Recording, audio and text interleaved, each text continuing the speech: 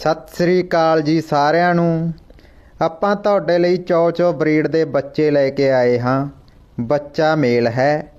ਅੱਜ ਤਰੀਕ ਜਨਵਰੀ 23 ਨੂੰ ਇਹ ਬੱਚਾ 25 ਦਿਨਾਂ ਦਾ ਹੋ ਚੁੱਕਾ ਹੈ। ਜੇਕਰ ਤੁਸੀਂ ਇਸ ਬੱਚੇ ਨੂੰ ਖਰੀਦਣ ਦੇ ਚਾਹਵਾਨ ਹੋ ਤਾਂ ਸਾਨੂੰ ਕੰਟੈਕਟ ਕਰ ਸਕਦੇ ਹੋ। ਨੰਬਰ ਹੈਗਾ 98 888 54 299। ਧੰਨਵਾਦ ਜੀ।